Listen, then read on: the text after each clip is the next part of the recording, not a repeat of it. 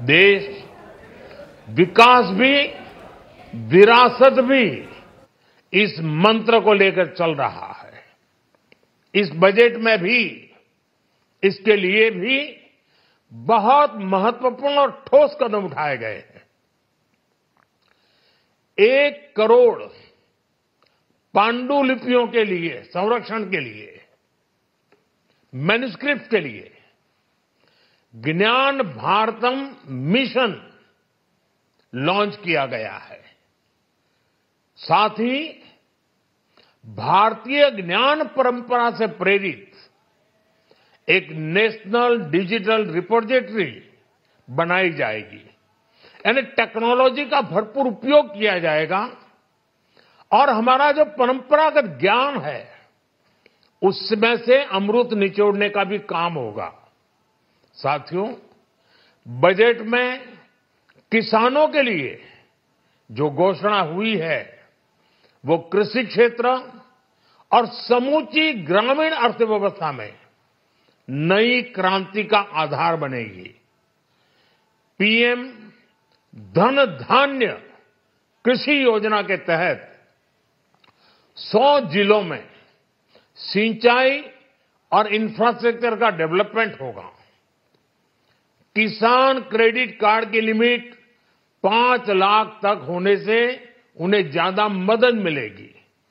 साथियों, अब इस बजट में 12 लाख रुपए तक की आय को टैक्स से मुक्त कर दिया गया है।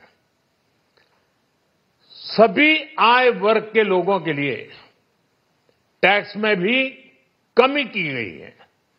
इसका बहुत बड़ा फायदा हमारे मिडिल क्लास को, नौकरी पेशे करने वाले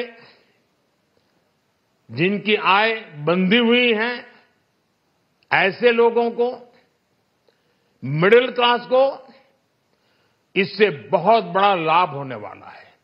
उसी प्रकार से जो नए नए प्रोफेशन में आए हैं, जिनको नए नए जॉब मिले हैं, इनकम टैक्स की ये मुक्ति उनके लिए एक बहुत बड़ा अवसर बन जाएगी। साथियों, इस बजट में मैन्युफैक्चरिंग पर 360 डिग्री फोकस है ताकि एंटरप्रेन्योर्स को, एमएसएमईज को, छोटे उद्यमियों को मजबूती मिले और नई जॉब पैदा हो। नेशनल मैन्युफैक्चरिंग मिशन से लेकर clean tech, leather, footwear, toy industry जैसे अनेक सेक्टर्स को विशेष समर्थन दिया गया है। लक्ष्य साफ है कि भारतीय प्रोडक्ट्स ग्लोबल मार्केट में अपनी चमक बिखेर सके। साथियों, राज्यों में इन्वेस्टमेंट का एक वाइब्रेंट कॉम्पिटिटिव माहौल बने, इस पर बजट में विशेष जोर दिया गया है। एमएसएमईज और स्टार्टअप के लिए क्रेडिट गारंटी को दोगुना करने की घोषणा भी हुई है। देश के एससी, एसटी और महिला जो नए उद्यमी बनना चाहते हैं उनको 2 करोड़ रुपए तक के लोन की योजना भी लाई गई है और वो भी बिना गारंटी। इस बजट में न्यू एज इकोनॉमी को ध्यान में रखते हुए गीग वर्कर्स के लिए बहुत बड़ी घोषणा की गई है। पहली बार गीग वर्कर्स का ई श्रम पोर्टल पर रजिस्ट्रेशन किया जाएगा। इसके बाद इन साथियों को स्वास्थ्य सेवा और दूसरी सोशल सिक्योरिटी स्कीम्स का लाभ मिलेगा। ये डिग्निटी ऑफ लेबर, इसके प्रति श्रम एव जयते के प्रति सरकार के कमिटमेंट को दर्शाता है। रेगुलेटरी रिफॉर्म से लेकर फाइनेंशियल रिफॉर्म्स, जन विश्वास 2.0 जैसे कदमों से मिनिमम गवर्नमेंट और ट्रस्ट बेस्ड गवर्नेंस के हमारे कमिटमेंट को और बल मिलेगा। साथियों, ये बजट न केवल देश की वर्तमान आवश्यकताओं को ध्यान में रखता है, बल्कि हमें भविष्य की तैयारी करने में भी मदद करता है। स्टार्टअप के लिए deep tech fund, geospatial mission और न्यूक्लियर एनर्जी मिशन ऐसे ही महत्वपूर्ण कदम है। मैं सभी देशवासियों को एक बार फिर इस ऐतिहासिक पीपल्स बजट की बधाई देता हूं और फिर एक बार वित्त मंत्री जी को भी बहुत बहुत बधाई देता हूं। बहुत बहुत धन्यवाद।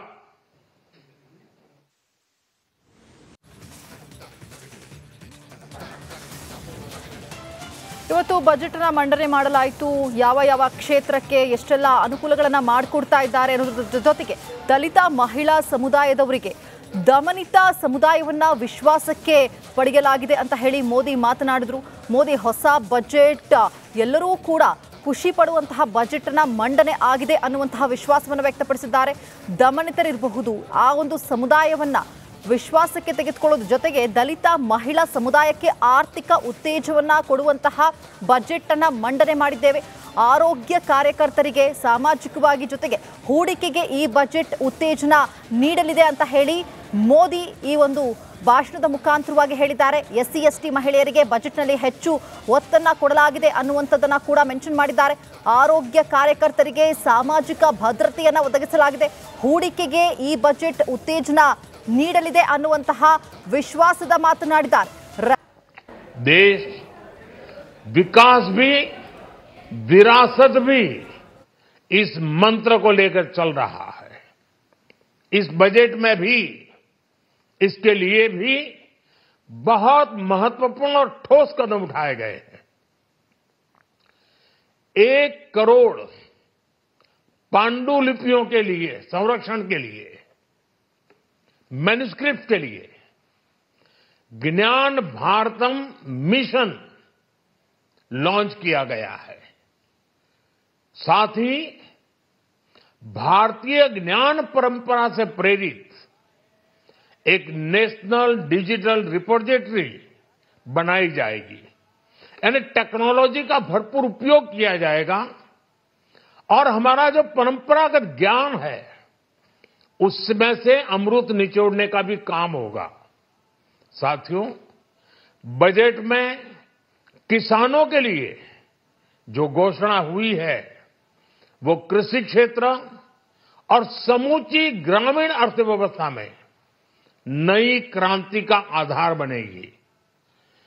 पीएम धन धान्य कृषि योजना के तहत 100 जिलों में सिंचाई और इंफ्रास्ट्रक्चर का डेवलपमेंट होगा। किसान क्रेडिट कार्ड की लिमिट 5 लाख तक होने से उन्हें ज्यादा मदद मिलेगी। साथियों, अब इस बजट में 12 लाख रुपए तक की आय को टैक्स से मुक्त कर दिया गया है।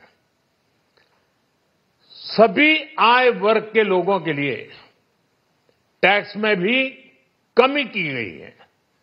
इसका बहुत बड़ा फायदा हमारे मिडिल क्लास को,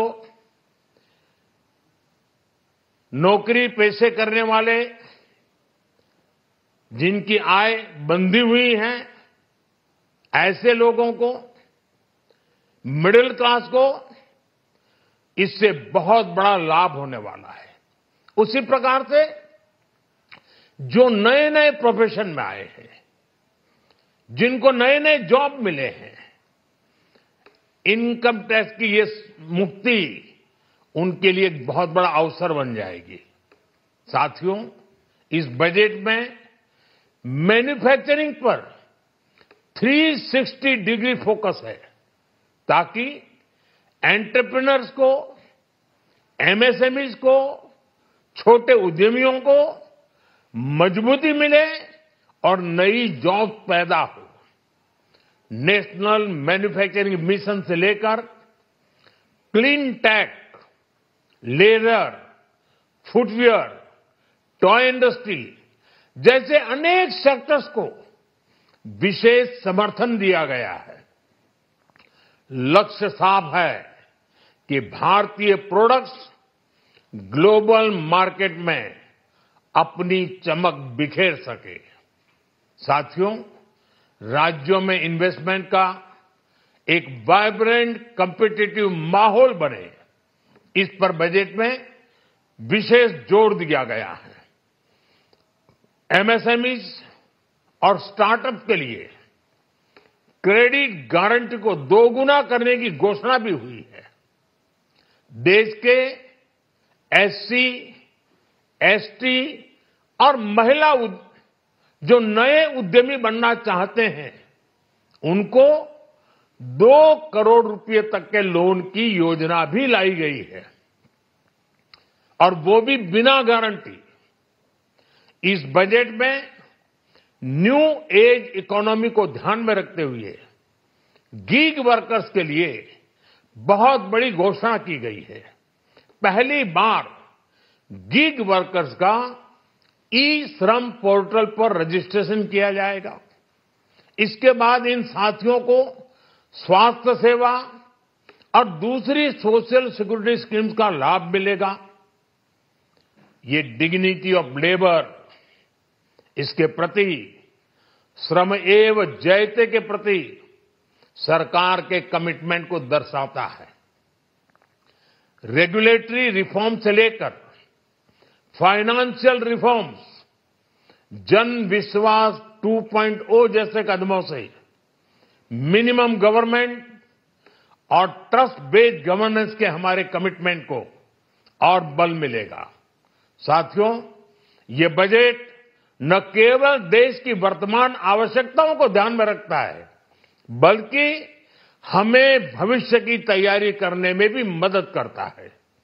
स्टार्टअप के लिए deep tech fund, geospatial mission और न्यूक्लियर एनर्जी मिशन ऐसे ही महत्वपूर्ण कदम है।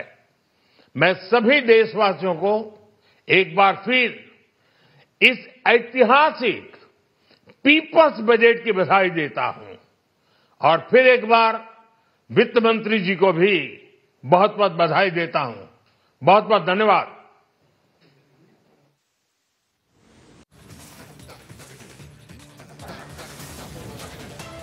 ಇವತ್ತು ಬಜೆಟ್ ನ ಮಂಡನೆ ಮಾಡಲಾಯಿತು. ಯಾವ ಯಾವ ಕ್ಷೇತ್ರಕ್ಕೆ ಎಷ್ಟೆಲ್ಲ ಅನುಕೂಲಗಳನ್ನು ಮಾಡಿಕೊಡ್ತಾ ಇದ್ದಾರೆ ಅನ್ನೋದ್ರ ಜೊತೆಗೆ ದಲಿತ ಮಹಿಳಾ ಸಮುದಾಯದವರಿಗೆ ದಮನಿತ ಸಮುದಾಯವನ್ನ ವಿಶ್ವಾಸಕ್ಕೆ ಪಡೆಯಲಾಗಿದೆ ಅಂತ ಹೇಳಿ ಮೋದಿ ಮಾತನಾಡಿದ್ರು.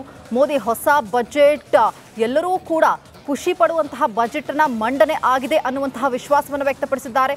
ದಮನಿತರಿರಬಹುದು, ಆ ಒಂದು ಸಮುದಾಯವನ್ನ ವಿಶ್ವಾಸಕ್ಕೆ ತೆಗೆದುಕೊಳ್ಳೋದ್ರ ಜೊತೆಗೆ ದಲಿತ ಮಹಿಳಾ ಸಮುದಾಯಕ್ಕೆ ಆರ್ಥಿಕ ಉತ್ತೇಜವನ್ನ ಕೊಡುವಂತಹ ಬಜೆಟ್ ಅನ್ನ ಮಂಡನೆ ಮಾಡಿದ್ದೇವೆ. ಆರೋಗ್ಯ ಕಾರ್ಯಕರ್ತರಿಗೆ ಸಾಮಾಜಿಕವಾಗಿ ಜೊತೆಗೆ ಹೂಡಿಕೆಗೆ ಈ ಬಜೆಟ್ ಉತ್ತೇಜನ ನೀಡಲಿದೆ ಅಂತ ಹೇಳಿ ಮೋದಿ ಈ ಒಂದು ಭಾಷಣದ ಮುಖಾಂತರವಾಗಿ ಹೇಳಿದ್ದಾರೆ. ಎಸ್ಸಿ ಎಸ್ಟಿ ಮಹಿಳೆಯರಿಗೆ ಬಜೆಟ್ನಲ್ಲಿ ಹೆಚ್ಚು ಒತ್ತನ್ನು ಕೊಡಲಾಗಿದೆ ಅನ್ನುವಂಥದ್ದನ್ನು ಕೂಡ ಮೆನ್ಷನ್ ಮಾಡಿದ್ದಾರೆ. ಆರೋಗ್ಯ ಕಾರ್ಯಕರ್ತರಿಗೆ ಸಾಮಾಜಿಕ ಭದ್ರತೆಯನ್ನು ಒದಗಿಸಲಾಗಿದೆ. ಹೂಡಿಕೆಗೆ ಈ ಬಜೆಟ್ ಉತ್ತೇಜನ ನೀಡಲಿದೆ ಅನ್ನುವಂತಹ ವಿಶ್ವಾಸದ ಮಾತನ್ನ